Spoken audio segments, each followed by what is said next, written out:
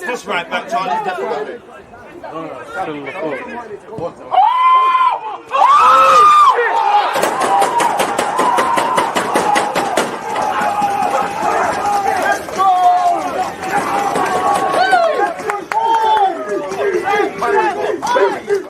People deluded, I'm back again. Come on, Ian, man. Come on. Because you always just active when like suspended. I think like.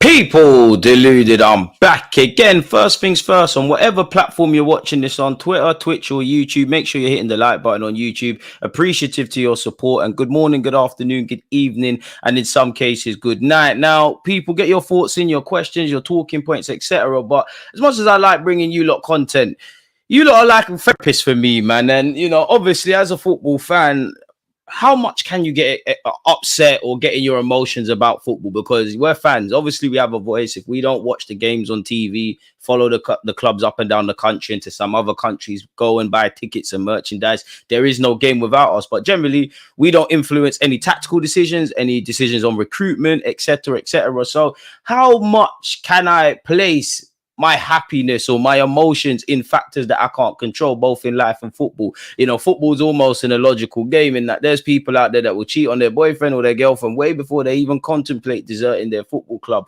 Now, where Arsenal's concerned, 4 games now when heading into Sunday into the season.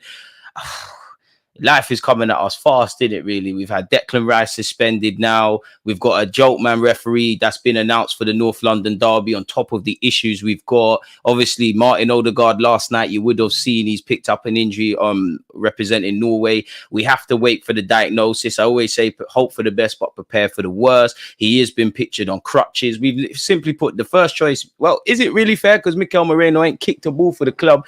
Is it really fair to say he's first choice now? I think yes, but I think no. But we don't have our first choice, probably even second choice, maybe not even third choice. Dare I damn well say fourth choice midfield trio or pairing. You know, Declan Rice will be back. And as we know, the fixture calendar list is starting to get intense. We've got Spurs, Champions League, Manchester City, and then we're in a realm of what?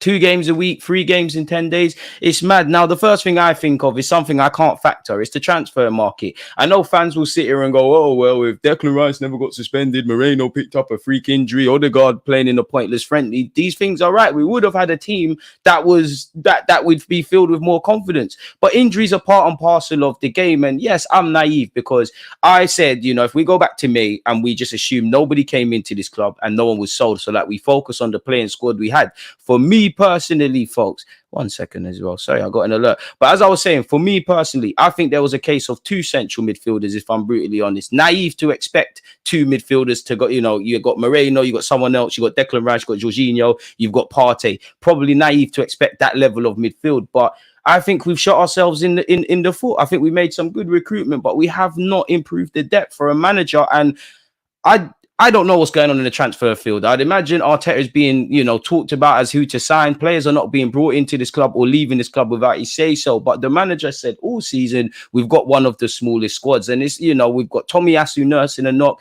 Jesus nursing a knock. There could be some other players that are not fully fit, and you're praying there's no injuries. If you told me in August, God forbid, then, you know, big up Partey. But if you told me there'd be an injury crisis and Thomas Partey would be the one that's actually fit, I'll look at you like you're crazy. So we've got it all to do, man, but we've got to stand up to be counted. At the end of the day, it is what it is. You know, we've got these injuries. I know some fans are positively toxic in the sense of, you know, they're pretending that everything is great at the club. Misery loves company. I know a lot of fans are probably down in the dump. It's the middle ground. Yes, there's a lot of issues. There's a lot of problems. Facts like Inner Circle is saying here, you fail to prepare, you prepare to fail. We praise these lot for how they've assembled the squad and certain recruitment, but you live or die by the depth.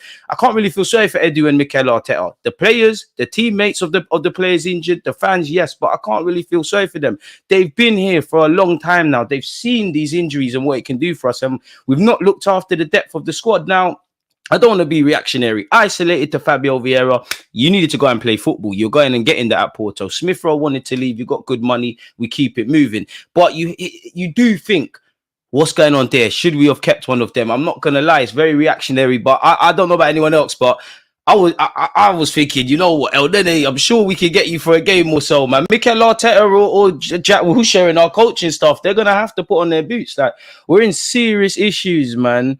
A man said, DG, who's that geezer you had on earlier? Man was just waffling away. Marcel, be nice. Big up Alex, aka the different knock. He just got past 70k, so I was make sure you're supporting it, man. Nah, he weren't waffling. I agree with a lot of what he said, man, but just for me, where Arsenal's concerned, I don't pretend everything's terrible. I don't pretend everything's great. I like how we've assembled the squad. I like the squad we've got. I like what we've been doing for 2 years. You know, definitely during our Emirates era, I think this is the more positive kind of period. Obviously, it's not ultimately ended in what us fans want, which is silverware, but it feels like, you know, we're always a couple sandwiches short of a picnic. There's always enough to be enticed and excited about, and then there's enough reasons to be to be negative. Now, you know, injuries happen, and it's always like, I always give the example. It's like we know it's going to rain outside. We know it's going to rain. So why don't we leave our house without an umbrella, with not a suitable jacket, and we hope that the rain doesn't happen? We're never overstocked, really. Now, Arteta's going to have to solve that. I don't know if you're going to go with Havertz, Jorginho, and Partey. I don't know if Timber, you know, is going to get a look in the midfield. I don't know if young Ethan Nweri is going to get a start. I would always back a young player to start, and, you know, it is a baptism of fire. You can always argue, is there ever a great time to blood young players? I don't think it's fair to him to put him into that disjointed team, but when are you ever going to be ready, really? And if you're a part of the squad, you're going to have to play some part. So we've got it all to do. And to be honest with you, if you're sitting there in August with Mikel Arteta and you're considering, you know, bearing in mind there's 38 games, an extended calendar with the Champions League, you have to sit there and think worst comes to worst. Now, granted, a lot of what we face at this moment in time was unexpected, but you have to sit there and think, what if Moreno, Rice, everybody, Odegaard, what if they're injured? What do we do? How good are we at our absolute worst when a suitable amount of players aren't available? This is the issue now. And to be honest, where Odegaard's concerned, I don't think we can replace Odegaard. And what I mean by that is, if you can find a player of that ilk of a suitable standard, great, but you need to have solutions. You know, not Odegaard, final ball, midfield, you know, midfield dynamism, the link-up play, the silkiness, the relationship with Bukayo Saka. He's the heartbeat of the team. But I think what a lot of people forget is, with Odegaard, we're going to be without Odegaard, beyond the obvious with the people behind him, we're going to be a lot more frail defensively. So to even go to a back three, I've got a video coming out at 8 p.m. where I've kind of, you know, gone into this sort of stuff more in depth. So make sure your notification bells are on, people. But, you know, Odegaard's he's our second defender. You know, Kai Havertz leads the press when we want to win the ball back. Odegaard's there governing it. We're in issues there. So against Spurs, I'm not expecting pretty football. I'm not expecting us, even when everybody's fit this season, we haven't been at our silky best. There's going to be some fluidity and some rhythm gone out of our play. Obviously, you know, Kai Havertz, if he wasn't going to play in midfield now, he sure as hell has to now, really and truly. I'm not a fan of this Trossard 8 stuff. Kai Havertz, and to be honest, going into the North London derby, you actually don't know if he's going to play as a 9, the 10, or the 8. Kai Havertz has got to go in there. Jorginho, I don't think the Spurs kind of game is set up for you, but you're going to have to get in there. Partey, you're going to have to be good. And for me, it's the transitions. That's where Spurs thrive. That's where you can harm them, but that's where they thrive as well, man. So we've got it all to do. And I must admit, I'm starting to think, you know what, could it be a back three? You say to Spurs, come on, break us down. They're going to get excited. They're playing with their fans. They're going to think that we're here for the taking. We're bruised animals in the wild. Do we just hit them on the counter? And it would be sweeter with the referee that's been announced with these injuries if we're able to get over the line. But then you've got a tough trip to Atalanta. Then you've got to play Manchester City and so on and so forth, man. And what I will say is, though, man, you can't. As I said, for the fans, for the teammates of players that are injured, there's a lot of sympathy. But this is what happens in football. There's injuries. And I'm not going to lie, Edu and Mikel Arteta, you've been around this. You've been around this enough times, both as players and also in your roles now at this moment in time. We are screwed, but I'm not a fan of this woe is me thing. Like, I think a lot of us fans, a lot of you need to pull your knickers up, man. It is what it is. Is it scary? 100%, but it is what it is. When you're backed into a corner and it's fight or flight, are we going to are we just going to succumb to this reality, or are we at least going to go down fighting and go to Valhalla like the Vikings are on, man? So it's peak, man. Big up yourself, Mike. Bro, Man United fan here.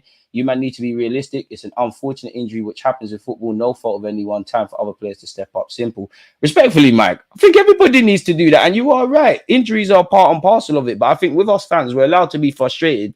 Not necessarily with the injured players, but again, with the coaching staff and not recruiting these guys. But you are right. We just need to get on with it. And that's why I'm saying I don't have sympathy for Edu or Mikel Arteta, because you don't know what this is. You've been around this. There is this myth that Arsenal do not get injuries. We had a lot of injuries last season. Definitely, we can count our blessings in comparison to someone else, but we got away with it, really. And it's jarring, man. It's jarring. It is jarring, man. And again, who plays in the 8? I say 10, but it really is an 8.5. Who plays in that? Do you go with a flat midfield 3? Do you just change it up? Mikel Arteta talks about game states and solutions. He's got to go and do that, man.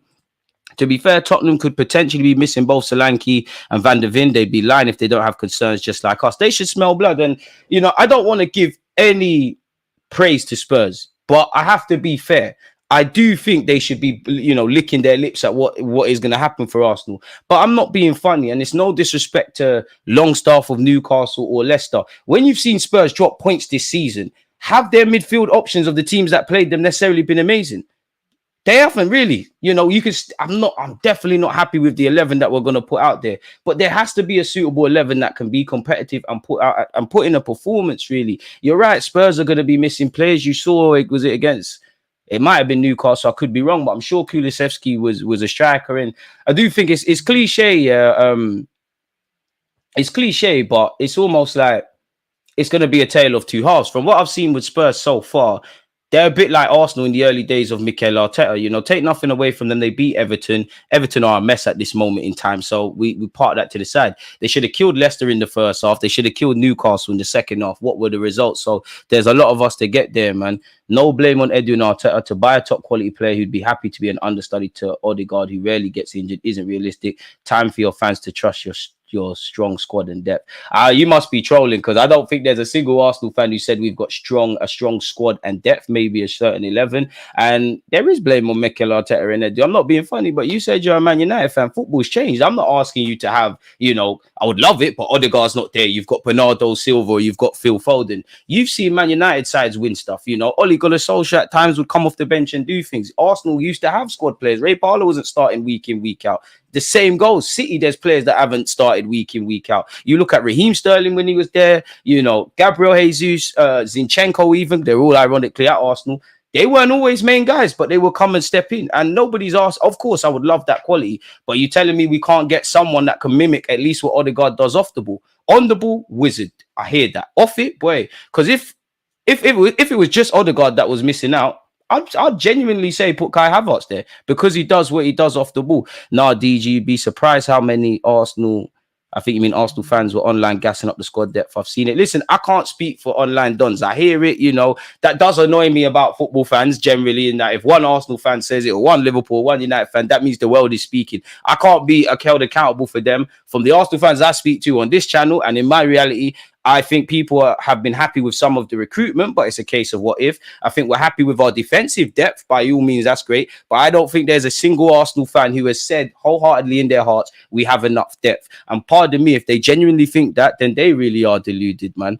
So yeah, man, you need depth. And to be fair, in the summer, we were focused on the centre mid positions behind Odegaard. We're talking about a striker, a winger, etc., etc. If I'm honest with you. But when you get away from that, people were saying find Odegaard. Who is that player that can mimic what Odegaard can do? Who'd be happy to wait for the rare occurrence that he gets injured? But if we want to be a competitive squad, you go and take a place. I hear what you're saying, but go and take a place. There's no assurances. We're not Real Madrid or Barcelona in their prime, but you step into their clubs, you know there's competition. I very much doubt that any City player, if they do sign them, is going to think they're assured to start. Go and claim a spot. The same is said for Arsenal. You can look at even Raheem Sterling. By that logic, we shouldn't have brought in another versatile attacker. Sterling's not a guarantee to be honest, he's in the mix, but he's not a guarantee to start on that left-hand side with Trossard, with Martinelli, with Jesus returning to fitness. By that logic, we might as well not sign. And that's one thing that pees me off about Arsenal's recruitment. And I'm not saying to buy everyone. There's always this rhetoric of we can't sign a player because that one's there. What about squad depth, etc.? It's not gonna make sense really. And for me, if you can't find someone directly for Odegaard, You could have got someone that could have played in that position. To answer your question, I've got no problems about Smith Rowe and Fabio Vieira leaving. They weren't happy with their minutes. They needed to play. I said that at the beginning of this live stream. But you're lying to yourself if you don't talk about bodies. We do not have enough bodies. The players have to step up. You have to get on. We have to get on with it, man. Too many men hold an entire fan base accountable for a delusional group of people. It's crazy. Now they're all crying about a couple of players missing. What about the depth that they were believing in? To be fair, a lot of people weren't happy with Martin Odegaard, really and truly. Now they definitely miss him. We have players that need to step up, be positive. I'm as positive or as negative as what I can see. I have not said on this in this opening 7 minutes, the season's over. It's doom and gloom. Let's pack up. I literally just said our backs are against the wall. It's time to stand up now. And at the end of the day, Arteta has to have faith in these players. And if you're part of the squad, you could play one game or 38. These things happen. It's time to stand up.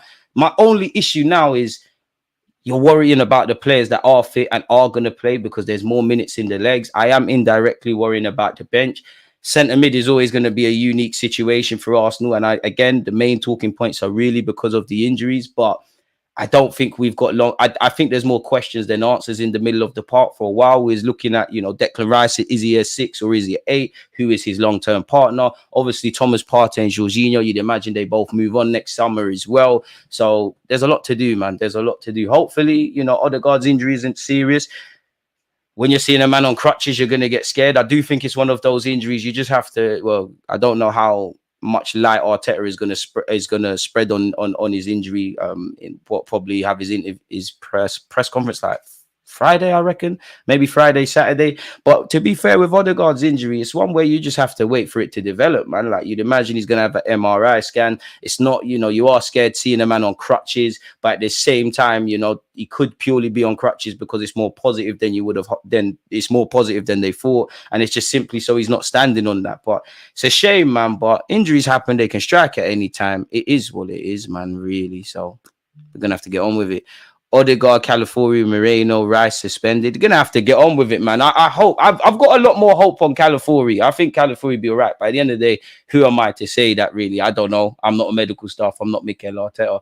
People are worried about this North London derby. Relax. We haven't lost to these men in a while. Even with our injuries, we still have enough quality to beat Spurs. We're just gonna have to go out there and do the job, man.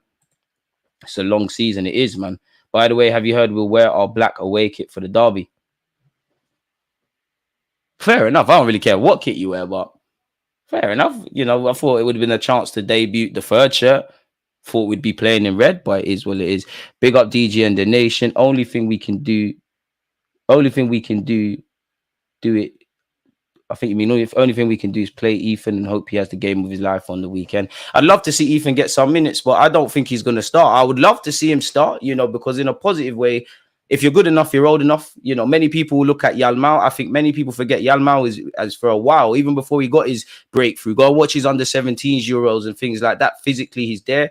I have no doubt about Ethan in terms of technical ability. Technically, he's there. Tactically, people more experienced than him are prone to lapses in concentration. You have to give a young player that. He's going to have to be coached by that squad. He's going to be into an already congested team. I reckon Arteta is probably just going to bet on the experienced players. And I feel whether you're going to start Ethan, you go to a back three. We talk about Zinchenko in the middle, Timber in the middle, and anyone else I've missed out. I don't think there's one that's going to 100% convince Arsenal fans, but we're going to have to get on with it, man.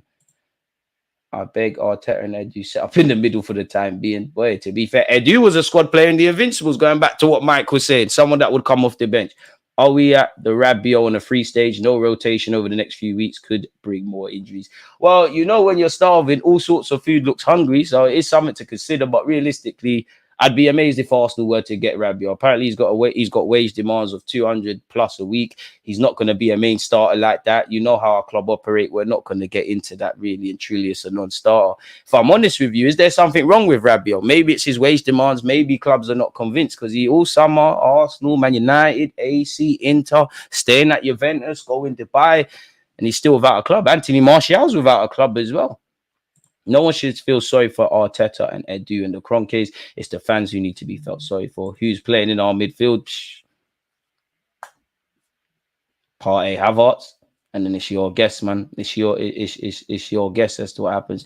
If those injuries didn't happen, I think we'll win against Spurs. If those injuries didn't happen, but that's way off the line. They have happened, and we have to go again. Like, I'm sure there was a period a couple of seasons ago. I could be wrong, but didn't we play Man United at home, Chelsea away, and we was rocking up with Nuno Tavares and Eddie Nketiah.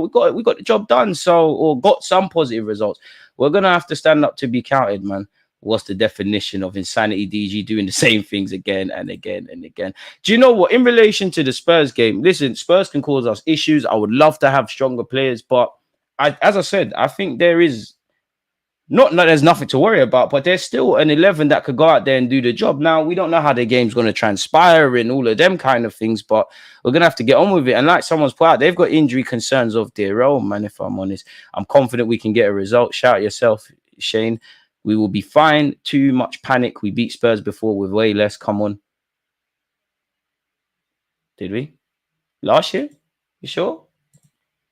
I'm not sure. We have 5 natural midfielders. 3 are hurt / suspended. Not good enough. Selling / loaning Fabio, Vieira and Smith Rowe looking bad. I mean, in hindsight, but at the end of the day, Smith Rowe wanted to cut in it. Smith Rowe wanted to go. Fabio Vieira, I don't know how we look at that. He's basically said, I wanted to go and play. And you could argue Arsenal maybe were a bit naive to not needing, extended depth. But that just tells me, regardless, Fabio, you weren't going to be rated. I've always maintained I wanted 2 central midfielders this summer, but it is what it is, man. If the club said they're happy, innit? It is what it is.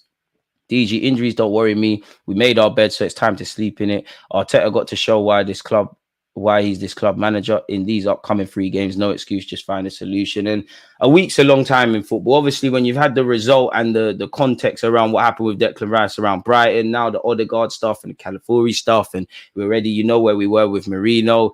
If you lose to Spurs, it starts getting a lot dark, but there's a lot of football to be played, man. Bro, Man City squad main players has barely changed in the last 5 years, and Pep plays them all at the same time. Completely different scenario to Arsenal, in my opinion. I hear you, Mike, but then respectfully, I think I'm more in touch with my team than yourself, and you're kind of looking at what we're looking at. We can't be City, but we can aspire to that. Have they used Rodri or Foden too many times this season? Have they been utilized? This is why you need depth. And you're right. And that's something I speak about. I think people cry about rotation for the sake of rotation. The main players need to play, but you need bodies. They've got bodies. They're even spawning bodies from their academy. Oscar Bobb's popped on the scene. James McCaitry's not been allowed to go on loan. He stayed. I'm sure in the Community Shield where they beat your very team, they had that mixed ratio. He was there on top of all of their key players. There's no way around it. Arsenal need more depth. I'm sorry. I'm not accepting that. We need more depth. Clearly. DG, we were panicking playing this game without Rice. Now it's without Odegaard also. We're so finished. I hear it, but I'm still confident of a performance against Spurs. If we lose, we lose. We go back to the drawing board and try and chase these points again. But this is the reality. If you want to be a team that wins stuff, you're going to have to find ways to win, like against Villa when you're not necessarily playing well. You're going to have to find ways to be optimistic and get a result where, for the fans, beyond blind optimism, which I'm a bit, on, and maybe the belief that you can still put out a team there, going to have to get jobs done, man. Noeri must step up because these are the times players build names. It's true. Big up yourself, man. Odegaard won't be back before the next international break, bro. Forget about it. Listen, I'm praying it's just swelling. If it's depending on if it's a grade 1, 2, or 3 ankle injury, then you're talking about weeks or months. Boy. Do you even put Sterling or Trossard in the 10? I don't know. But then again, I think we lose. My biggest issue is more the knock-on effect and how long we will be without our key players, because off the ball, we're not going to be at our best. Cool, I believe it won't be pretty, but we can muck in and get a result against Spurs. But with Odegaard, we lose a lot in the press. We lose a lot in the injury room. And to be fair, Kai Havertz, he puts in a shift defensively, but his game is based on movement. And you'd imagine he'd be making those third-man runs. Partey is very naive at times at leaving space. Jorginho, uncle, does his thing, but he ain't got the legs. Zinni in midfield, boy, is peak. It's the transitions. It's if we get caught high up the field, it's their runners off the ball. And to be fair, you go and watch the game at the Emirates first time last season where Son and Maddison had a hand in the goals. This is something we need to be wary of. And even that with Jorginho, you know what, for me, I think you have to play him. But you look at the game at the Emirates last season, there has to be a correlation with Declan Rice coming off, that not really being a game suited to Jorginho. Yes, he made that mistake, but it was an open footballing game. If Postecoglou tries his tactical stuff like Arteta, Jorginho will be all right. When it's one of those chess matches, that's Jorginho. And to be fair with you, I want to see what Arteta does with Jorginho, because you'd imagine he'll be the deepest of the midfield at times, but then out of the midfield that you could put out with Thomas Partey, Jorginho, and obviously Havertz across 90 minutes, Partey's got that in his locker, but you'd imagine he's the one that's going to play those silky kind of passes. So not have him the furthest forward, but do you kind of alleviate him from being this, not the sixth, but the deepest midfield? I don't know, man. I'm happy I'm not Mikel Arteta. I must admit. Some of our fans bring it on ourselves, DG. 3 games in. Come on, man. Lots to play for. Other clubs going to have their injuries too. We got lucky for the last 2 seasons. Now we have to ride it. Pause. You are right. And that's where I'm on the recruitment, because Mikel Arteta says we've got one of the smallest squads. He said that. More, what you're saying there, I think a few weeks ago, just before we kicked off, I think around the Emirates Cup, he's spoken about specifically Benjamin White, Gabriel and Saliba, and said, you know, we've been quite fortunate to have them, you know, not really being injured. I know Saliba missed a couple of years ago. He missed the last kind of leg of games, but we've done all right keeping them fit. I just wish we had it everywhere else. You know, ironically, defensively, I'm cool, man. I know there's Tomiyasu out, but defensively, I think we're able to cope with injuries.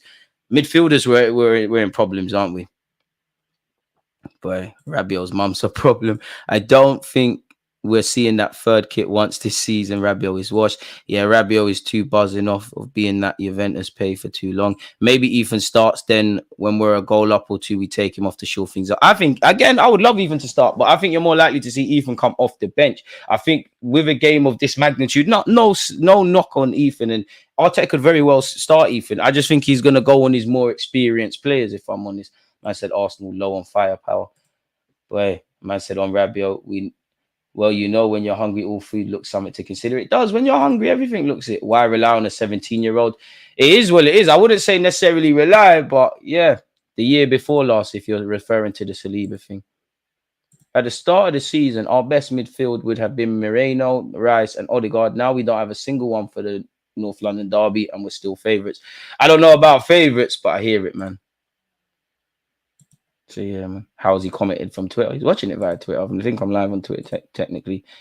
Me too. I have a deluded feeling Odegaard will be here for the North London derby, but I hope so. Sterling must be on the wings. Edu sold all the bench with no replacements, and now, let's rely on 17-year-old fans. To be fair to Edu, again, collectively, the club have to take responsibility for the depth. But I could, you know, being devil's advocate, as much as I might sound like a hypocrite, and I said I personally think Arteta has been done dirty and short-handed in that regard. Nobody is going to come into this club, and no one is being sold without Arteta say so. We've seen that numerous times. So how much can you just blame Edu? For me, we all share the W's, we all share the L's. And in this regard, you can't blame the players for people being injured. I know Gabriel fell on Moreno, but that's an unfortunate accident, really and truly. Injuries can take place at any time. Pep got to apologise to Oberman. This is some mad judge going on. You're moving mad. I'd run a midfield of Partey, Timber, and Trossard personally, with Martinelli, Sterling, Havertz, and Saka up front.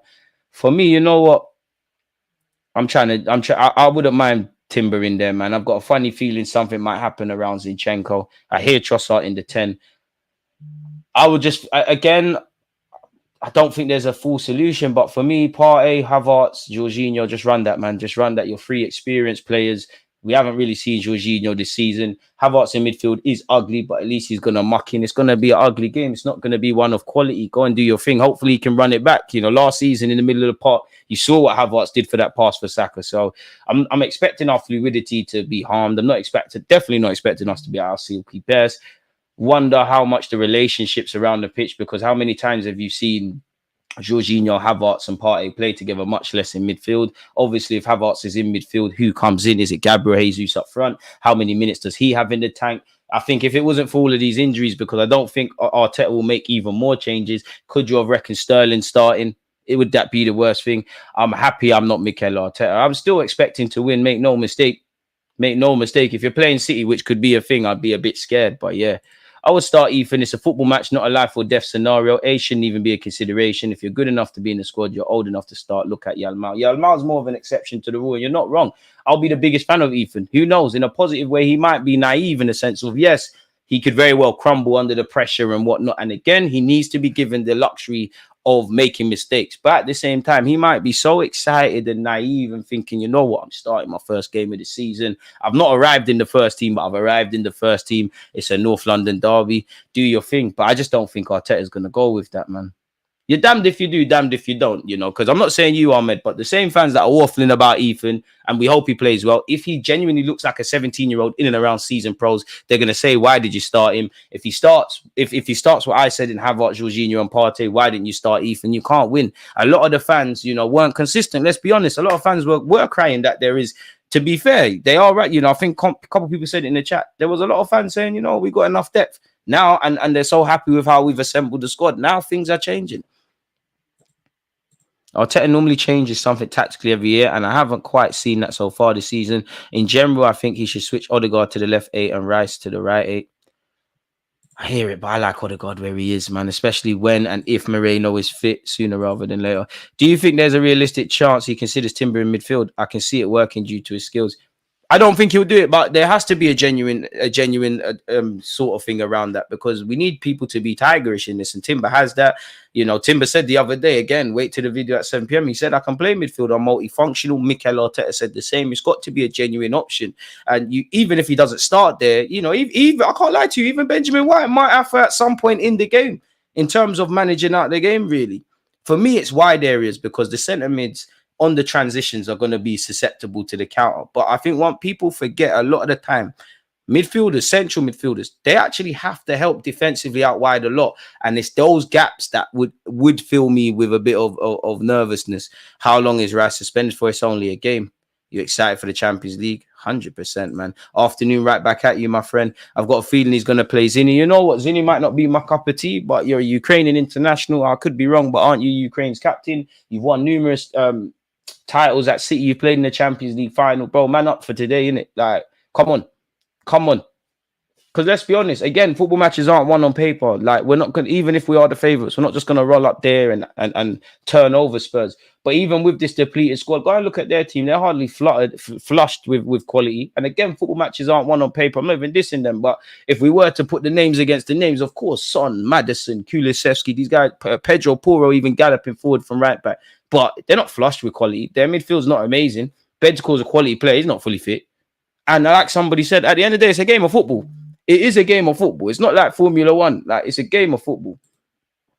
I just know Havertz will play in the 8 versus Spurs. Too much games in successions. They knew, but you got to utilize the squad, man. We ain't really got that many options. People think Ethan is too young, but I think this is his launch pad to really cook. We sold all the other attacking midfielders and pushed him into the senior squad playing. I do want to see him play some part. I won't cry if he doesn't start. I'll be happy if he does start. I just don't think he will start.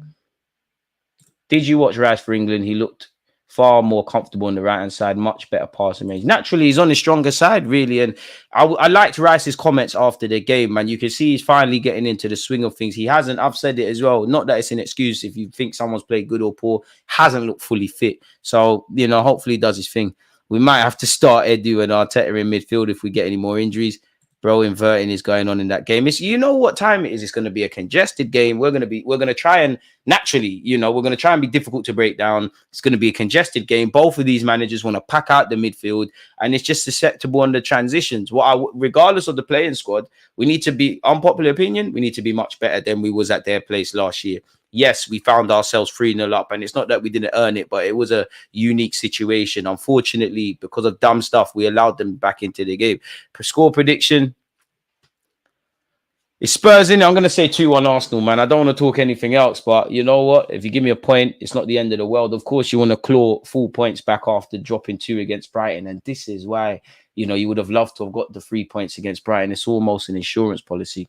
I don't want Ethan to have a poor game. People get on him. The North London derby is big for any player, but you know how fans are, bro. You know how fans are. The same fans that are crying for him to start, they'll be the ones getting it. In football, is hyper opinions. How much times of all football fans we've seen flip flops around Odegaard and Saka, around Kai Havertz. You've definitely seen that around Declan Rice. Again, I'm not saying anybody here or myself, but Arsenal fans on social media, they were ready to tell you that this guy is better than Rodri. He's the best 6 in the world. He's world class. He's this, that, and the other. 3 games or less into the season, they're onto him. Football fans have short memories. A week is a long time in football, let alone 38 Premier League weeks and however many when you consider all the other cups. All we could do is get on with it, man. Like, that's my thinking behind it. Is it peak? Yes. Would I prefer definitely not to have these injuries? 100%. But just get on with it, man. Like, if we're all going to pack up now, we might as well really write off the season, forfeit it all. Like, it is what it is. Before we know it, Rice will be back. Fingers crossed for Moreno. Fingers and everything crossed for Odegaard. I hope it's days or weeks versus months. It all depends. Hopefully, he ain't injured any ligaments. Of course, when you see a man crying, it is, I would, not that I know anything about being a physio, but it's not like he's on crutches now, but it's not like he was stretched off. He was still able to somewhat put some weight on it. So we'll have to see, man. We'll have to see. We got 3-2 Arsenal, 2-0 Arsenal, 3-1 Havertz and Saliba. Listen, regardless of how that game pans out, I need to see our score from a set piece, and I need to see our score a goal against the run of play, man. That's where I'm looking at. If we had if we weren't talking about the things we're talking about, this is now where I would have hoped to have gone into this week speaking about, for me anyways, Saka and Sterling. Because I don't know if he starts now because there's going to be a lot of changes anyways. I think Sterling has to start it. I thought Sterling had to start. But now I think with us needing to be a bit switched on, I think you've actually got to start Martinelli. That man, his form might not be there on the goal scoring front, but he's got energy for days. You're going to need someone who wants to really defend. You've got Pedro Porro is probably their attacking hub, really. I've got him in my FPL team, really. So we're going to need Martinelli to follow him. And the subs are still going to be important. Between Miles and Ethan, who would you start? Ethan, I think he's slightly more ready, but then Miles can play in the 8 and the 6. I'd probably say Ethan. In an ideal world, Ethan plays in that 10, 8.5, and you've got 2 experienced people behind him. I hope Saka does a madness if that's what you're asking. Saka, Sterling, Nelly in the middle, bare pace, DG. I hear it, but I don't think we're going to see that. It'll be lit, though. It'll be lit. You could see that at some point in the game. Jorginho and Partey at double pivot with Havertz as the 10, Sterling, Trossard, and Saka up top. Their playing style is crazy to me. Them fans must be stressed all game knowing they'll get caught out cold. And, I mean, Postecoglou, I can't accuse a football manager of being naive because they're paid not to leave anything to chance. But he is quite naive. He's on this my way is the highway. I'm sure he has looked to improve, but doesn't look like to me that there's any real emphasis on being switched on at set pieces.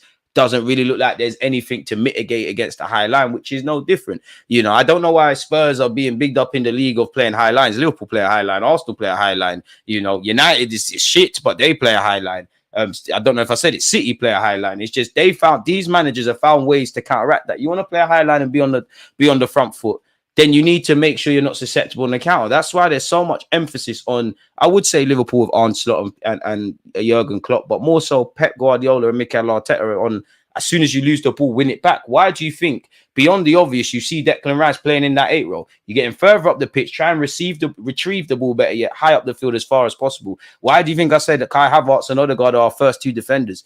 This is the dynamics of football. Our first attacker is David Raya. Why else would you care about a keeper's ball playing ability? Why else would you care about a striker's pressing and dropping into midfield? And I think, you know what? I think you have to play Gabriel Jesus. I think Gabriel Jesus and Kai Havertz are going to be the 2 most important players in this North London derby, if I'm completely honest, just because they're man are fighters. Martinelli as well. It's an energy thing. It's a Sunday league game, essentially. I'm not expecting quality. I'm expecting us to take our moments, just complete a robbery, just get the 3 points, go home. Then we think about Atalanta. Then we think about City, man. But 3 points is what's required, man. It's never good to see injuries, but as a United fan, I'm enjoying this. Let's see if Arteta can compete when half his squad's decimated and if the media pile on him like they did Ten Hag. Can Partey or Jorginho even play 90? I don't know if Uncle Jorginho's got 90 in him. Partey as well, but yeah, man, is what it is.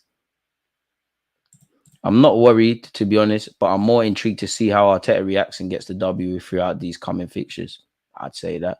Let's assume Jesus is not fit. Who would you start up top? Jesus ain't fit yet.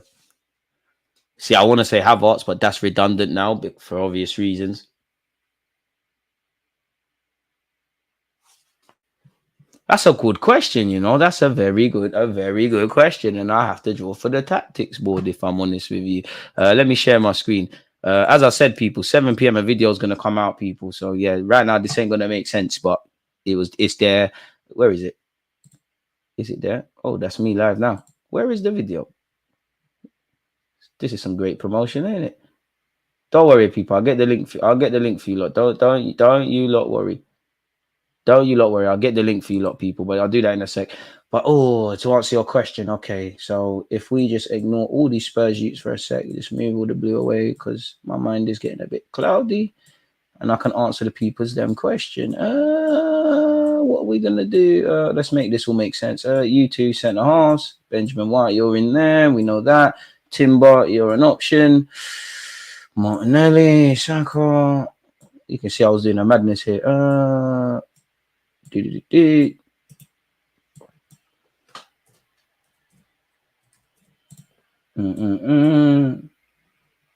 Yeah, I'm probably doing that, man. You said the fact you said assume Jesus isn't fit. Bloody hell.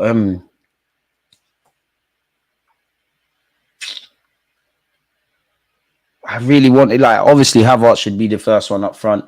Jesus isn't the biggest, but he's a fighter. You can go a bit direct. I do think you need that luxury because naturally, you know, whether it's Sterling, we're not going to see Martinelli play through the middle, but whether it's Sterling, Martinelli, them kind of false nines, they're going to naturally, their game is not built on hold up play. So what are you going to do? You're going to go short receiving the ball. Really, Havertz is a bit different in that he can do a bit of both. But I guess we're just going to have to commit to the false nine thing. Just you can't find a target. It's between Sterling and Trossard. You know what? It should be Trossard, you know. It should be Trossard. But super sub settings, you never know in a North London derby. Ask me nearer the end of the week and I might change things, but that would probably be it, man. Sterling, Nelly, Saka. I think that's got pace. I think that's got aggression. I think naturally Sterling could still, I don't want to see Sterling drop deep, but he'll drop deep trying to seek the ball. Havertz could still run in behind. So hopefully that answers your question. That's a good question though. And one where, again, I'm happy I'm not Mikel Arteta. Like, I'm genuinely happy I'm not him. I mean, I would love to be him. You get paid a lot of money, but myth, man. Absolute myth. I think that, I don't know. No brainer. Spurs won't know what to do. Are you going to live stream with one of your Tottenham mates? I'm in talks to get some content creators. Just listen, make sure the notification bells are on, man. Make sure your notification bells are on. I should have a couple of Spurs content creators across my 2 channels. So, yeah, we'll get content. Would you not opt for Calafiori over Timber? Feel like we need a defensive sort of player on Sunday? All depends on how fit Calafiori is. And Timber's defensive, not being funny. I'm happy with either one. Like, either one is cool. You know, I think Calafiori, generally from the month of August up until this point, I think if your name's not David Raya, Kai Havertz or Bukayo Saka, I think they can as well, but I think you could all improve. Then I think Timber's been quite good in his minutes, and I think Calafiori and his cameos have been good, really. And Italian defender, proper Italian defender in a game like this, you might need that, really. And this is why, again, I don't want to spoil the vid, but like, I don't think you'll see it, but could it be back 3 settings? Again, people see back 3 and think, well, it's a North London derby. You need defensive stability. I don't want people to cry, but it's as defensive or as offensive as you make it. Trossard only performed well at false 9 in the group stages. I don't really like Trossard as a false 9. To be fair, there was a point at the turn of this year he did well, but it has to commit. I look at Anfield where, you know, it's not Anfield, but you're up against Van Dijk. He came on, he was playing false 9 against Van Dijk. There has to be a correlation with Liverpool grew back into that game, not last year, the year before.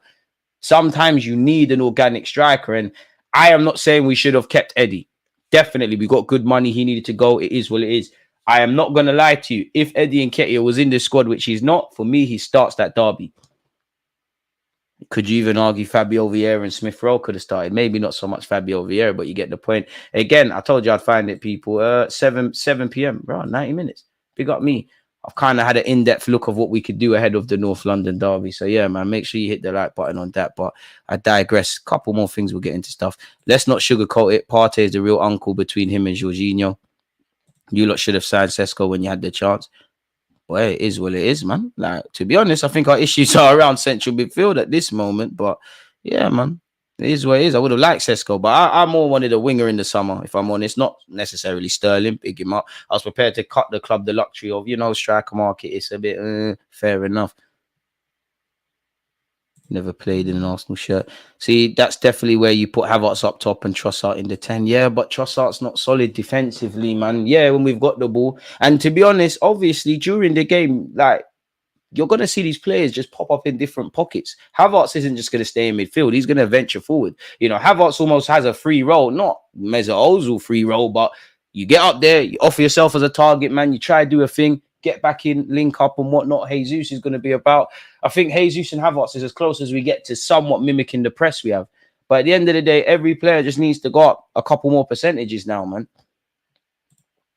Do you think Ethan is ready? Looks good. But with that being said, Edu said the focus on improving / trusting the young player. No more excuses with Mikel and Edu. Let Ethan express himself. You're never going to be ready. Like, of course he's not ready. He's not really kicked significant minutes of professional football. But are you going to really know how good you are at swimming if you're just swimming in a pool that you can stand up in? Or do you need to be thrown in at the deep end? And that's what you got to do. Don't get it twisted. If Ethan does what we'd love him to do, you go out there, man of the match, great stuff.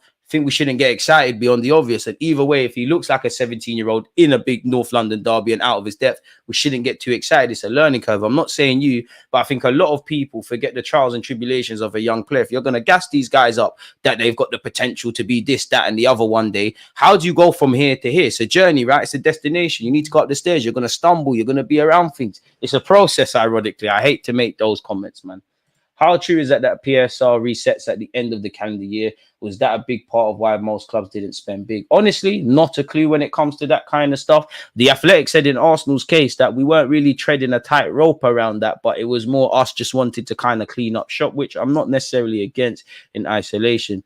The thing is, though, if I was a Spurs fan and thought he was going to ruin my day on Sunday, the first man I would think is Trossard.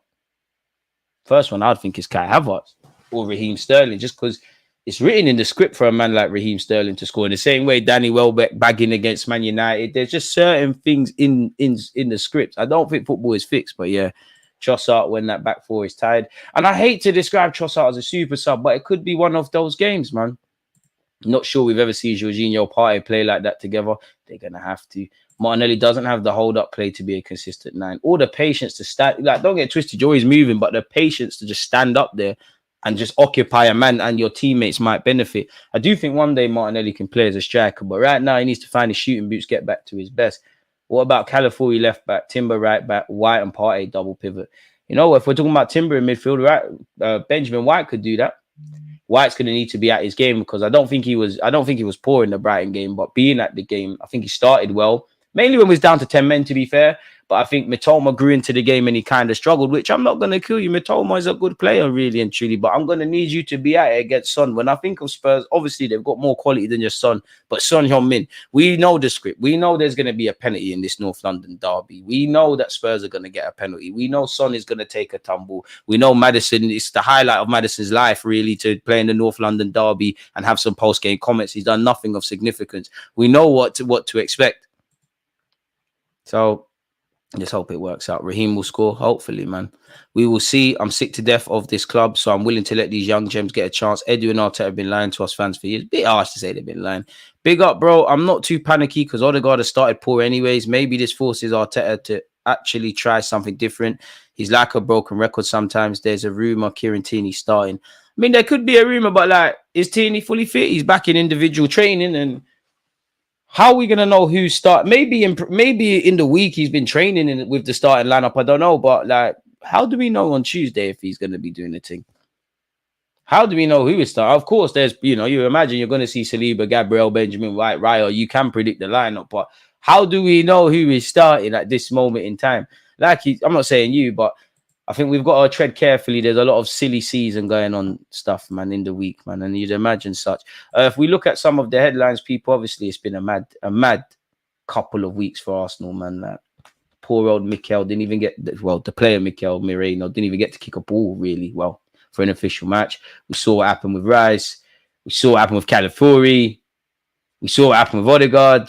Boy, part and parcel. The Norwegian manager spoke, people, and he said, apparently, well, he spoke and the team doctor also spoke. The team doctor said, Martin is doing quite well now. He got a small ankle sprain. Again, I wish it wasn't anything, but a sprain is great. I hope there's no ligament damage or anything. A sprain, you're out for a couple of weeks. It could be better, but it could be worse, man. We'll see throughout the evening. And of course, you know, swelling and all this stuff, we have to wait. We'll see throughout the evening and tomorrow what happens next and what we'll do about it. It's currently difficult to say anything about the extent of the damage. Ankle sprains are difficult to deal with straight away, exactly, which is why we have to wait. So we almost have to see how things go forward. We'll examine him when we are back at the hotel. Maybe we'll use ultrasound to look at it. If we are unsure, there'll be an MRI scan tomorrow. which is today. The Norwegian manager said Odegaard's injury looked bad in the dressing room as well. I saw that he was sitting with the physios around him. He had no chance of continuing. It was probably an overstep. And those who have played football true know that it can go well if the ligaments have not gone. It's not certain that Arteta will call and praise me tonight. I start running, but why are you making jokes? Like, I know it's light-hearted and it's out of context. Don't fucking make no jokes around my captain. Because this is Odegaard would have cooked. He would have cooked. You know, and again, from a human point of view, it's peak, man. But it is what it is, people. And he's on crutches. We hope he's cool, man. We hope he's cool. Again, the 25-year-old is currently nursing an injury of some sorts. To make matters worse, people, you've got, you know, a panel that's come out and said, you know, Calvin was right to send Rice off. You know, the panel's going to come out and say BS. You know what? I don't really care what referees at this point have to say. Arsenal have been appointed my man Jarrett Gillett for the game against Spurs. He was obviously had a serious blunder, people, in a series of games for us, much less the Villa game. And I'm sure there was a Brighton game he sent someone off in as well, people. So we have to do a thing, man. And you've got Stuart Atwell and VAR. I mean, they're all crap, really. At some point, we need to stop moaning. We'll have to see, man. Apparently, this article has said, you know, the 25-year-old in Odegaard's case is returning to North London. He'll undergo an MRI scan. Apparently, he's on his way to London and he'll have an MRI scan there later. Nothing but a strong overstepping, and we'll wait what Arsenal fan. Please, man, just bruising. Please, just bruising. Please, just bruising. And you look at the injury sheet and technically suspensions. It's not the biggest, but the rap sheet is there. And I don't know why Gabriel Jesus isn't there as well. But yeah, Moreno's not a thing. Tomiyasu apparently is making progress, but not a thing. Odegaard is now not a thing. Calafiori with the calf issue, we hope it's not serious. And can't really count Tierney with the greatest of respect. We hope he's all right, but he's not a main player. He is that. So Arteta's going to have to try something new. What's this? Arsenal transfer target is not interested in a January move to the Emirates. I mean, right now, if you're not talking about midfielders in January, I don't really care. But we've been linked with Gyökeres, who's kicked off this new season where he's left off for club and country. He's been doing a madness. Last season, he did get 29 goals and 10 assists in 33 appearances, people. Apparently, he's settled in Portugal and doesn't want to move on mid-season. We've spoken about Gyökeres at length. Arsenal had some interest in Premier League star before disappointing transfer decision. Arsenal had some interest in Crystal Palace attacking midfielder Eze over the summer, but ultimately made the disappointing decision not to advance it. I mean, what an option he'd be for Arsenal in general, and definitely where the North London derby is concerned. Watson said, I was really surprised that no one really pushed the boat out for Eze during the summer. I was sure, given his relatively kind release clause, that someone would have picked him up.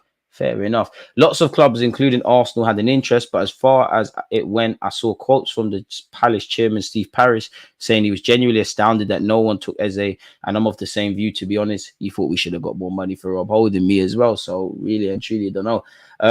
I thought he would have been a great option for Arsenal, someone who would come in and really improve the squad and give Mikel plenty of options, given his versatility. I mean, in the 8, in the 10, off the left, you know, that's where, big up Alex, but that's where I strongly disagree. I think Eze would have cooked at Arsenal. I don't think he's not a hugging the touchline kind of player. He wants to come short, play those neat little 1-2s. I think he'd be a great player for Arsenal Football Club. And I'm a fan of just all players. But if you can get players that are unknown, fair enough. If you can get players that are, considered damaged goods, fair enough. But I must admit, I do feel we need to start continuing to shop in the Premier League, man. And be what Man United used to be in the early 2000s, really. I know the dynamics have shifted, but just pick apart the best players at other clubs, because, you know, it's easy for me to say, but if you got Eze and Isaac, where would we be? But yeah, it would be a good option. I know that Arsenal went into the window looking to sign an X-Factor type attacker, someone who could help them unlock tight games with a moment of individual brilliance. There was an awareness at the club ahead of the summer that they lacked that type of player. And in my opinion, Eze could have given them that. But for whatever reason, they decided not to make their move. And I was a bit disappointed with that. Apparently, they want their 60 million release clause paid up front. There was no way we was doing that. On top of bringing in Mikel Moreno and obviously bringing in Calafiori and probably dealing with outgoings. We all know Eze spent time at our club in the academy, so I won't waste your time with that. Alexander Isak has not edged closer to agreeing a new contract at Newcastle. Fair enough, man. I mean, don't sign that new contract. Speak to Marino and Odegaard. Give them 100 mil. Bring Gordon and Gomares with you. I'm dreaming, people. A man can dream. Apparently, we're ready to test Newcastle is resolved next year, and the 24-year-old has found the back of the net 32 times over the course of 55 top flight appearances for the Magpies. And I'm very sure there's very few players in the Premier League that like bagging against Spurs more than him. And the number 14 is free, so it'd be amazing to do such people. Jorginho is still linked with clubs in Italy. If it would have been stupid to sell him anyways, definitely with the current climate. Barcelona apparently eyeing up a move for Gyökeres, which could be a blow to Arsenal. I don't know if we take too much stock in that, because beyond paper talk, the more credible journalists have never really spoken about that with us people. Arsenal are seriously interested in Valencia midfielder Javi Guerrero, 21, despite his €100 million release clause. He's quite decent. Valencia are currently considering selling him for less than €30 million, with Arsenal the player's preference, largely due to the presence of Mikel Arteta. I mean, we can't bring you in until 2025.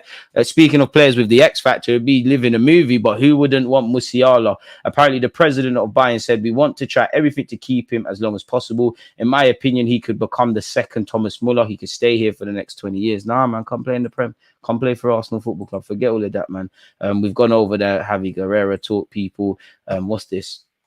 And nothing. This is just a tab with the Athletic. Tab police are never going to let me breathe. Hato is still being trapped by Arsenal. You know, big up Joel Hato. I don't know if we still go for him after bringing in California and appearing well stocked defensively. But if you scroll all the way down, there was a piece about Arsenal people. Here it is. I didn't read it at the time, but of course, potential bidders will still be keeping tabs. The club's leadership know there's a strong possibility that Hato will go next summer. Among the sides with a long-standing interest in him are Arsenal, with his name featuring extensively during recent recruitment meetings there. The July arrival of Bologna's 22-year-old Italy international defender Riccardo Calafiori, who, like Hato, can cover centre-back and left-back, means any short-term signing is highly unlikely. There are still connections between the club and the player. Apparently, Tommy Setford, who's ironically swapped Ajax for Arsenal, was one of his closest allies when he was at Ajax. So, yeah, big him up, but I'd love to bring him in. It's probably not a factor. The real reason Arsenal didn't sign Leroy Sané this summer, I mean, what happened to the mystery German shouts, people, that we found ourselves in, people? According to Team News and Ticks, Arsenal had been discussing Sané this summer and why a deal didn't happen. Apparently, the individual said, "So again, I get loads of stick for this. It was said that we might be signing a certain international, and I was told it had legs and we're chasing a German international. Not that it's definitely going to happen. I later found out it was Sané. We were talking to him, but we couldn't agree a deal with Bayern because they missed out on two key targets, Xavi Simons and Doué. They wanted both, but they got neither. Just shows even the top clubs miss out on targets. It shows at the end of the window they didn't even get Coleman out, which is true. And at the end of the day, we had to bring in Raheem Sterling. There weren't too much that we could do in that regard. Should we see if there's anything new with Arsenal? To be honest with Martin Odegaard, until I hear Mikel Arteta speak ahead of the North London derby, I'm not going to get too optimistic or too sad, really. Arsenal banned from wearing home kit against Spurs. And Sesko got a hat-trick, ironically, yesterday. I forgot to mention that. Let's see what's going on there. Why can't we wear the red shirt? Oh, sorry. Let's find what they said there. Arsenal, so let's pause this because this is playing. Arsenal have been banned from wearing their traditional red home kit in this Sunday's North London derby against Tottenham. The Premier League and referee body PGMOL have told the Gunners that their home kit includes too much white.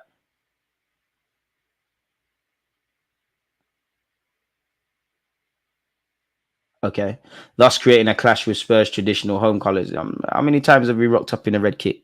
I'm sure we could put on red socks if that helps. Therefore, Arsenal will wear their predominantly black away kit this weekend. The reverse fixture in January will see Spurs don their away kit. Idiot thing. Apparently, Arsenal confirmed the offer of red shorts and socks. This is just further incompetence of the referee. So you not only are you colorblind, you're incompetent in all aspects. Okay, fair enough. Sesko got a hat-trick for his country, Slovenia, over Kazakhstan. The 21-year-old stock is going to continue to rise, and he's someone that's going to still be linked with Arsenal, Chelsea, Manchester United, and probably all of Europe will be queuing up to have a look about him, dependent on his progress and how far he goes, man. Smash the like button if you haven't, people. But that seems to be everything. Ridiculous. Now, 2024 is getting too woke. We can't wear a red shirt. Like, come on. What is supposed to happen? Especially when you got VAR as well. Oh, forget it, man. Big up DG. Eze is a right-footed 10 or 8. We all know Arteta wanted a left-footed, no 6 or 8 who would link play on that side. Eze is brilliant, but does he really work out on the left? Have we watched Crystal Palace with the greatest of respect? I see how happening.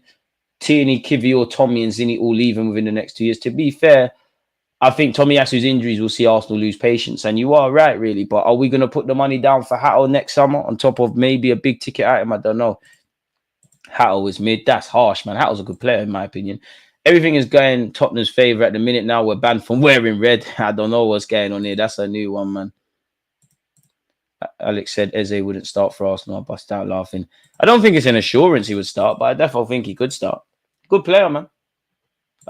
Forgetting DJ. Have you ever been to a North London derby? I've been to a few, man. I would say the worst one of recent memory was actually when Spurs were playing at Wembley. Still didn't win a trophy, man. When Aubameyang missed that penalty. I've been to a lot of North London derbies, man. I used to work at Spurs, so we used to do our little work and run down and watch. Like, I've seen us win some, I've seen us lose some. Yeah, I've been to a few still. Tierney's not starting. Mitoma and Rashford have White's number. Fair enough, man. If there's only 2 games a season, White's going to play poor. Fair enough, White. So it is what it is. Always thought Walcott was meant to be a super sub. Walcott used to annoy me because 1 minute I'm a striker, 1 minute I'm a winger, 1 minute I'm a striker, 1 minute I'm a winger.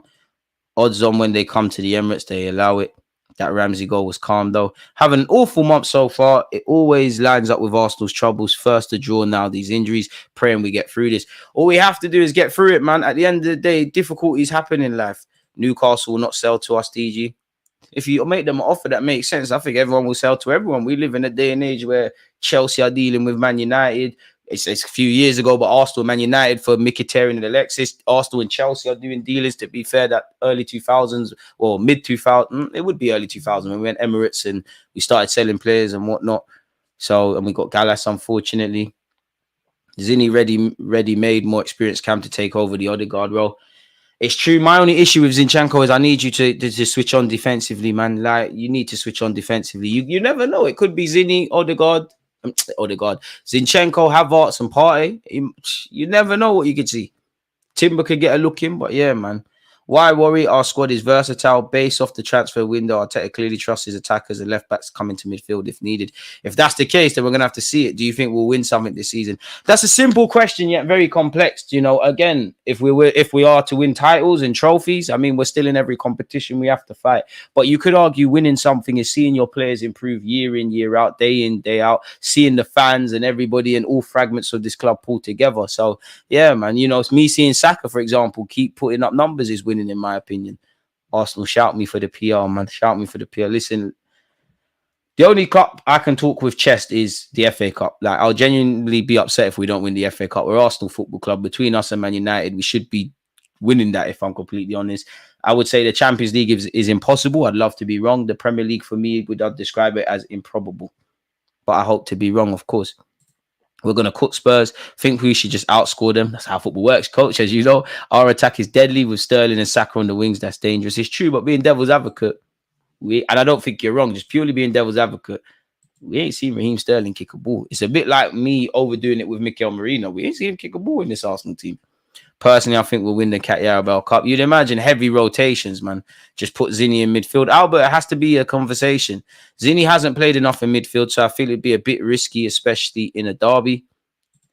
FA Cup and our first champs. You heard it here first. That's cool. You're a mod and you're always here and part of the furniture. So you know what? That's getting screenshotted.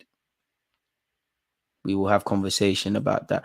Odegaard does too much pressing and defending and shooting and through balls, something that Zinni can add a different dimension. Just have the slow guy sitting, Jorginho spreading the play to the wing. I don't think it's that simple. And to be fair with you, in the modern day, your whole midfield has to press. And to be honest with you, Martin Odegaard's being asked to do that by Mikel Arteta, surely. Like, surely he's being asked to do that. And it'd be naive to assume Zinchenko, whoever plays in Odegaard's role, isn't going to have to do a heavy amount of that. We'll be in trouble, especially in that Spurs derby. It's going to be a typical Premier League game. I don't think we'll see quality. I don't think for the 90 minutes there'll be... Obviously, it'll be nail-biter, edge of the seats, nerves everywhere. But in terms of quality, chances, I don't think it'll be a good game. I think both teams will pack out that midfield, the transitions, the set pieces, referee talking points, lapses in concentration. That's where the game is going to really be won and lost for me. We need luck this season, something we ain't had in ages. In life, they say you have to make your own luck, man. So have Arsenal made their own luck? Hopefully we can start now, man, really. But I don't know what to tell you, lot. I guess we're just gonna have to see how this thing pans out, man. And you remember a lot of you were on my channel during the summer and said, I can't wait to see the season start again. I told you, look, be careful what you wish for, man. I'll be here for my praises come the end of the season, knowing I manifested it. Yeah, DG. Yeah, you will, man. You're either a genius or an idiot. But I'm in the same boat as you. I said Gabriel Jesus, 15 league goals. I think I said double figures. I think I said double figures. Or he's gone. Bro, Kevin De Bruyne doesn't really press. He looks for pockets of space and allows Cover and Bernardo to do defending. I'm not giving in after 3 games. I'm definitely not giving in after 3 games. It's a bit naive if you don't think Kevin De Bruyne is putting in a shift defensively. I know it don't look it, but it's a bit naive. And that's the different dynamics of their team. Odegaard is being asked to do that by Mikel Arteta, man. You said 15. Stop snitching. I don't think I did. It was AI. I don't think I did. Jesus, please, man. Will we even see Jesus for 15 minutes this campaign? I tried to do the optimistic thing, man. We've all had howlers. Coming off the heels of an international break. In my opinion, the system should change 4-2-3-1 to fit the available team. Arteta's going to have to make it work, man. He's going to have to make it work. I'm happy I'm not him. Because, boy, sleepless nights, this whole international period, you're probably just about to go to sleep and you've probably got a message from Edu or in that Arsenal group chat. It's like, did you hear what happened to Odegaard? But going to have to think of a way, man. And not just for that, but yeah, he'll get 10 at least cup games and all. Hopefully Jesus gets 5 goals. At least one of them's a hitter. I'd love to see him get 15, but like, bro, I don't know what possessed me to say that. You know, I love the Brazilians in our team. I think I was just trying to put optimism into Gabriel Jesus and Martinelli. But it is what it is. Bolton at home, we should be running a mockery, but boy, I'm only 29, but whenever someone says Bolton and Arsenal, I don't know why. It should be a formality, and it's not quite the same, but I feel a bit wary of them, if I'm honest with you. Bro, the refs are saying this is too much of a kick clash, man. What's your lineup for Sunday? I think I said it earlier, and I probably will change my mind. If you ask me this tomorrow or whenever, I probably will change my mind. But for me, at this moment in time, Raya in goal, obviously, Saliba, Gabriel, Benjamin White. Midfield, I'm not really sure on yet. Cause I would actually try playing Timber there or trying something. You know what? I'd actually want to see a back 3 video at 7. But yeah, Raya, Saliba, Gabriel, Benjamin White, Timber, midfield, Kai Havertz. Fuck it, man. Jorginho, Kai Havertz, Partey, Bukayo Saka on the right, obviously. Martinelli on the left. And it probably will be Trossard. It probably should be Trossard. But I'm going to go Raheem Sterling, man. It's written in the script. Jesus hat-trick 3 there for you. By God's grace, man. Back 3, Kieran Tierney, left wing, back redemption arc, who says, no, would love it. Trossard the 10 is an option there. Odegaard passes sideways and backwards a lot. So does Kevin, really and truly, to be brutally honest with you. Kevin does that a lot. And to be fair, I do think you're right with the Odegaard stuff. But how many times has Odegaard had been denied some fantastic assists? The Brighton one, Saka should have got him when he scooped it over the defense. And it's Kevin De Bruyne, man. Like, it's Kevin De Bruyne. Like, I do think there's a lot more for Odegaard to give. I'd actually like to see Odegaard have a deeper role. I think you rob him of probably goals and assists and him in around the final third, and you need someone to do the pressing. But I think he'd give us greater, he'd give the team greater collective benefits, if I'm honest. He's not Santi Cazorla, but I kind of see him kind of doing that, if I'm honest. 3-1 Arsenal win. Havertz 2 goals, Sterling goal and assist. Listen, I don't care how we win, who scores, how we do it, just do it, man. There's 2 games. Obviously, there's more, but there's 2 games this season. You want to see Arsenal winning it, and it's against them lot. I live about 5 minutes from the Spurs ground, so yeah, man. Like, it's gonna annoy me seeing them Spurs fans hearing the stadium. You can always hear it from my house. It's jarring, man. It's war in the air in North London. Way less. So what have you said there? Sterling eager to please. He's going to cook. Way less pressure off Saka too. Is there going to be pressure off Saka? Saka's going to live or die by, everything. Saka's even been great this season. But by his own standards, we're used to him being so wavy that people are still asking questions. So I'm not sure, man. That's true. Rice and Odegaard as a double pivot with someone like Wirtz as the 10. You need a next one, man.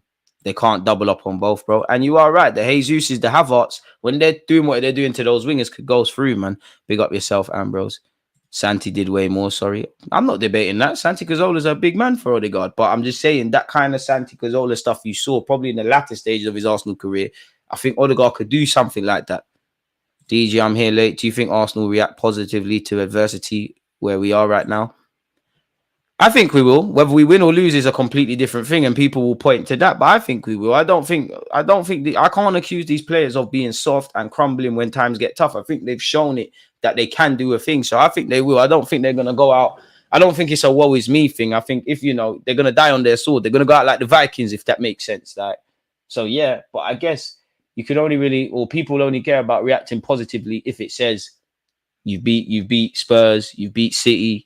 Lord, you beat Atalanta. I can see Odegaard be box to box like Barella. Technically does a bit of that. I hear it. Barella be lovely at the carpet. I think they're going to put Sterling with Kai and Partey / Jorginho. Jesus in the striker with Martinelli and Saka on the wings. Not against that.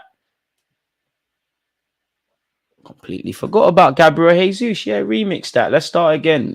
David Raya in goal. Saliba, Gabriel, Benjamin White, Timber, Kai Havertz, Jorginho, Partey, Jesus up front, Saka on the right.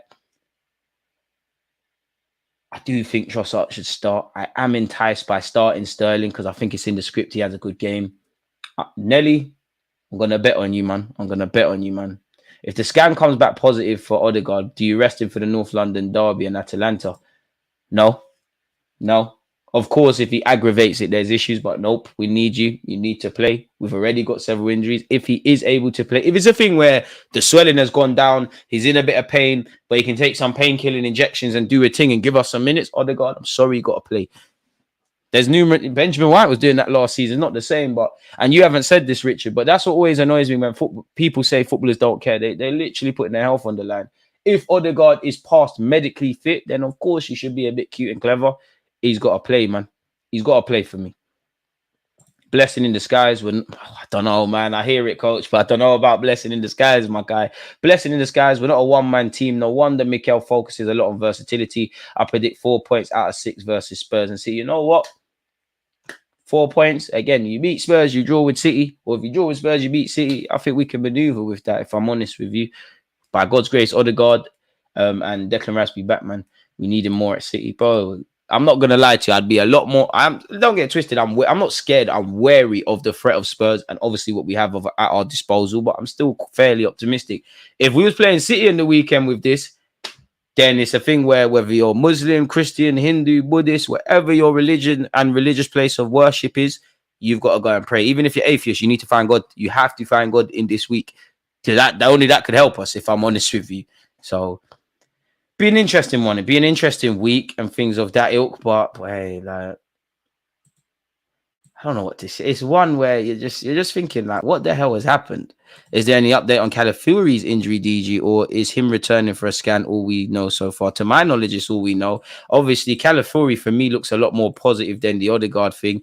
And I guess there's a wider discussion for. I'm not criticizing Arsenal, right? We all know the fat cats that make these decisions, to be fair, the Nations League's put a bit of competitiveness in what has been dead friendlies. Why is there an international break when there's no Euro qualifiers, World Cup qualifiers, Gold Cup qualifiers, Copa America qualifiers? Why is there an international break so far after the Euros? Bearing in mind, the last 2-3 years, there's been a lot of games. There's been a lot of, international games. There's been a couple of tournaments. We're still kind of playing catch up for COVID. A lot of these players are playing a lot of games for their clubs. I've said it in a previous stream. I don't feel the Euros was a quality watch as a whole. There was some quality games and things of that ilk. And I think one reason for that is because these players are coming into it off a condensed schedule. Then obviously Raya's spoken about it. Someone mentioned Kevin De Bruyne. Kevin De Bruyne has spoken about it. A lot of these players have spoken about the fixture calendar list. We all know these footballers are guinea pigs. But if I'm honest with you, again, I'll never tell a player, not that I can, I'm not a manager, but I'll never tell a player you shouldn't play for your country. It's the highest honor. You're inspiring the next generation. It's wavy. It's all of that stuff. But at the same time, for my football club, Saka, Declan Rice, do you always have to have 100% attendance? I'm seeing Foden pull out. Cole Palmer's pulled out of international duty and he's pictured in Chelsea's training. I believe Watkins pulled out. Now, I know a lot of these people, I'm sure they have knocks. But why is it always us doing the goody two-shoe stuff? I'm not being devil's advocate, but like Saka, Rice, could we? Yeah?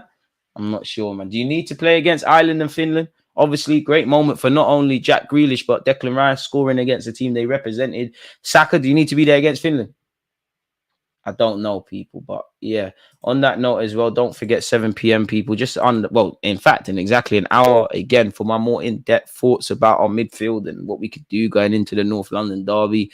Yeah, man. I spent all night doing that for you lot, so you lot support that, man. Thought we good at defending and scoring set pieces. I'm confident for Sunday. Not worried. Great stream, great discussion. Thanks for your work you do, bro. Thank you for you lot. If you lot don't watch and participate, it's boring. Geezer, how far is the Moreno return? He bust his shoulder in it. So I'm listening until Mikel Arteta shed some light on Gabriel Jesus, Tobiasu, Calafiori, Mikel Moreno, and Odegaard, which I'm sure between Thursday, Friday, Saturday will have his press conference. I don't know, man. Don't think Arsenal gonna let too much information out. Only what the ops hear, really. That's true. And even that, Odegaard's manager, Mikel Arteta, even if playing devil's advocate, in an ideal world, Odegaard miraculously the swelling's gone down. If you're Mikel Arteta, do you tell the photographers, make sure you don't get Odegaard in the training pictures?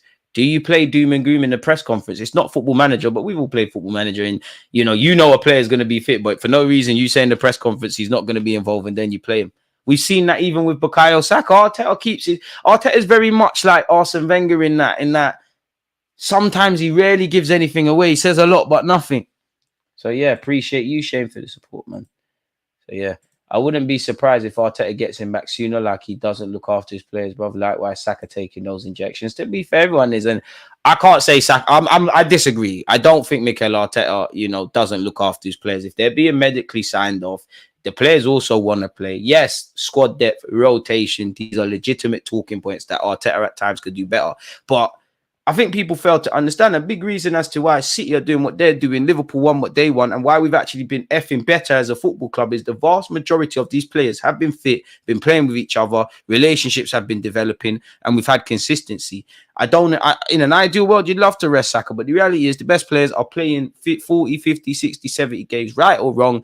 That's what we're at now. This is the world we're in.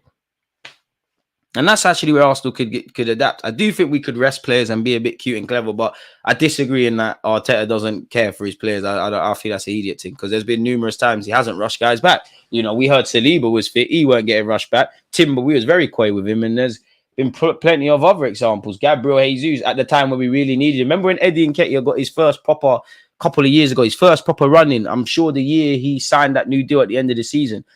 So I disagree with that. Just like basketball has a ridiculous amount of games, football is heading there because the fat cats just care about coin. That's why there's a wider discussion to be had about the money in football and they get paid too much. And yeah, it is. But as individuals and fans, we're indirectly the reason. These lot see the interest milk up the cost. If anybody deserves the money they're getting, it's the footballers. They're the ones playing. If every footballer of every club packed up, we're not talking on YouTube. We're not watching football. It's all irrelevant. And let's be brutally honest. If somebody what's an extreme case of someone's wages? Raheem Sterling, for example, 300 bags a week. I don't know, at Chelsea, 300k a week. Who is and I know they're trying to move him away, but who is going to pay from a business point of view? I hate to refer football as that. Who is going to pay an individual 300k a week if indirectly they're not making pounds on the pennies they're paying them? Because it's these fat cats that rarely go to the games. How many owners of clubs? You do see some. How many owners of clubs are even at the games? Thing is, the guys like Salah barely rest. Arteta's trying to turn Saka into that. And Arteta, I must admit, he seems quite peed off when they speak about that. He always says that, well, you look at the best players, they play every other games. I think Arteta is a bit harsh, though, because there was a couple of times last season, I could be wrong. I'm sure there was a game, Saka was on a brace, and I thought, yeah, come, man, you're going to get a hat-trick. Took him off. That was refreshing. There was a point in January, this year, but yeah, the turn of this year, where you're seeing Saka come off. It's almost unheard of, man. Richard has said, Raya, White, Gabriel, Saliba, Timber, Partey, Jorginho, Martinelli, Havertz, Saka, Jesus. I'm cool with that. It's a lesson for Arteta/Edu and the money men for leaving the squad light. 3 games in and the squad is stretched. To me, seems the more favoritism than form-wise. I hear you, and in an ideal world, there isn't that, but these footballers are human. And at the same time, you're going to have a degree of favoritism. You're going to play the players you genuinely trust as starters, surely. So as tennis is grueling playing the Grand Slams, the world is about money, extreme wages, the Kronke NBA start from Serbia, mad wages. Kim Kallstrom settings probably signed Moreno injured because he's in love with him, as he said. To be fair with you, We all know Moreno, like he has a clash with Gabriel. Big Gabriel fell on him. To be boy, I'm 5'8". I don't know how tall Moreno is, but if Gabriel fell on me, boy, I don't think we're here doing YouTube videos. So yeah, man, it's a madness. So it's a frustrating one for us Arsenal fans. It's not, you know, there's reasons to be cautious. There's reasons to be optimistic. I would describe myself as cautiously optimistic. There's a lot of negatives. There's some positives. At the end of the day, the sun keeps coming up. The world keeps spinning. We're going to need to get on with it. And with that being said, people, we've been here for an hour and 20 minutes. I'm going to go and edit some more videos for you lot. You lot's engagement, your talking points, whether you've been on YouTube, Twitch, or Twitter is always appreciated. We obviously will be doing a watch along for the North London derby on Sunday. We're probably going to watch Southampton Man United on Saturday. And there'll be videos and previews and all those things in the meantime. So make sure you're following on all the platforms, including Playback TV, because we're actually starting to watch a lot of, you know, highlights and things of that, things you can't do on YouTube at 7 p.m. So in 54 minutes, you know, for my more extended thoughts on our midfield and what we could do about the Spurs stuff and looking at Odegaard and Moreno and all of those things and different options. I've got a tactical analysis video coming out at 7 p.m. today. So always looking after you lot. But on that note, you lot stay safe, stay blessed. And they said we need players capable of big things. I think I could play inverted in midfield as well as fullback. Against this right back, Charlie's definitely.